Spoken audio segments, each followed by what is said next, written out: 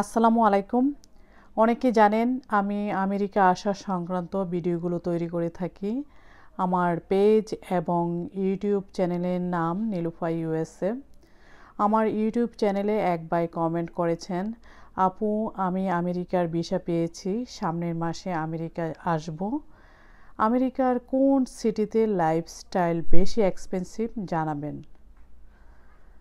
ভাইটির কমেন্টের উত্তরে বলতে চাই, আমেরিকার সবচেয়ে বেশি এক্সপেন্সিভ সিটি হলো নিউ ইয়র্ক সিটি। সকল মানুষই আমেরিকার নিউ ইয়র্ক সিটিতে হার্ড ওয়ার্ক করে থাকেন। এটি একটি সেলফিশ সিটি।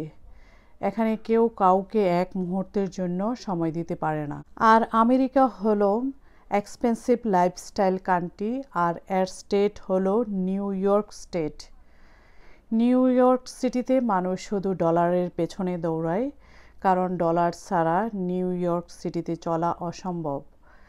নিউ ইয়র্ক সিটিতে সবচেয়ে এক্সপেন্সিভ হলো বাসা ভাড়া। ইনকামের মোটা একটি অংশ বাসা ভাড়ার জন্য ব্যয় করতে হয়। আশা করি আমার কথাটি বুঝতে পেরেছেন এবং ভিডিওটি ভালো লাগলে সবার মাঝে শেয়ার করবেন, যাতে সবাই জানতে ও বুঝতে পারে।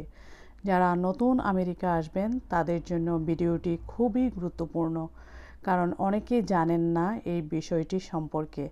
তো সবার জন্য শুভকামনা রইল, ভালো থাকবেন এবং আল্লাহ হাফেজ।